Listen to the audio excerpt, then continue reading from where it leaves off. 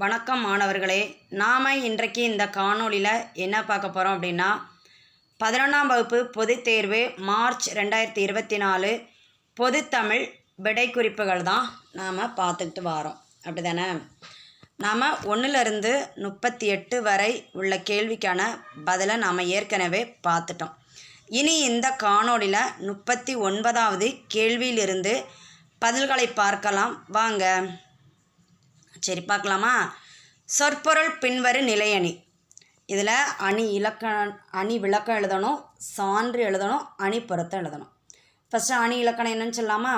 அதாவது வந்த சொல்லே மீண்டும் மீண்டும் வந்து ஒரே பொருளை தந்தா அது சொற்பொருள் பின்வரு நிலையணி எனப்படும். இதில் இப்போ சான்று பாருங்கள்.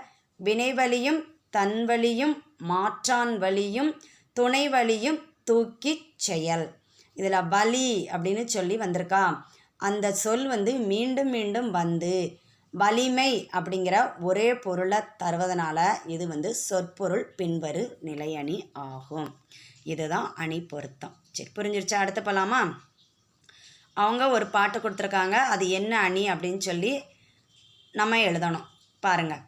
இரவென்னும் ஏமாப்பில் தோணி கரவென்னும் பார்தாக்க பக்கு விடும். இது என்ன அணி அப்படின்னா அணிச்சுட்டல் உருவக அணி. அடுத்து அணி இலக்கணம் எழுதணும், அணி பொருத்தம் எழுதணும். சரி, இப்போ அணி இலக்கணம் பார்க்கலாமா? அதாவது செய்யுள்ள ஓமையும் ஓமிக்கப்படும் பொருளையும் வேறுபடுத்தாமல் ரெண்டும் ஒன்றே அப்படின்னு சொல்கிறது தான் உருவக அணி. அதாவது பிறரை நாம் எதிர்பார்த்து இருந்தோம்னா அது நமக்கு பாதுகாப்பா? இல்லை, பாதுகாப்பு அற்றது. அதே மாதிரி தான் பாதுகாப்பற்ற படகுல நாம் பயணம் செய்கிறது எப்படி இருக்கும்? பாறை மோதி உடைஞ்சிடுவோம் அப்படின்னு இதில் என்ன செஞ்சுருக்காங்க? ரெண்டுமே நமக்கு பாதுகாப்பு இல்லை அப்படின்னு சொல்லி ஒரே பொருளை என்ன செஞ்சுருக்காங்க? உருவகப்படுத்தி சொல்லியிருக்காங்க. சரி, புரிஞ்சிருச்சா? அடுத்து பாருங்கள். 40 இலக்கிய நயம் பாராட்டுக. ஏதாவது 3 நயத்தை எழுதினா போதுமா? முதல்ல அந்த பாட்டில் உள்ள மைய கருத்தை எழுதிடணும், அதுக்குரிய திரண்ட கருத்தை எழுதிடணும். அதுக்கடுத்து எதுகைனா நமக்கு என்னன்னு தெரியும். எதுகைனா என்ன? இரண்டாவது எழுத்து ஒன்றி வர தொடுப்பது தான் என்னது? எதுகை. மோனைனா என்ன?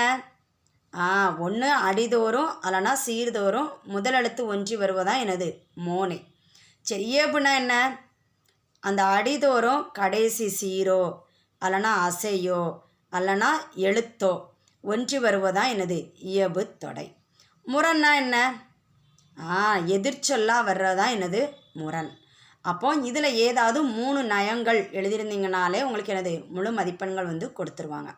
அது பிறகு இது என்ன அணியில் வரும், அதனுடைய சந்தம் என்ன, அதனுடைய சுவை என்ன அப்படிங்கிறதெல்லாம் நாம் எழுதணும். ஆனால் இதில் 3 நயங்கள் எழுதினாலே போதும் என்னது?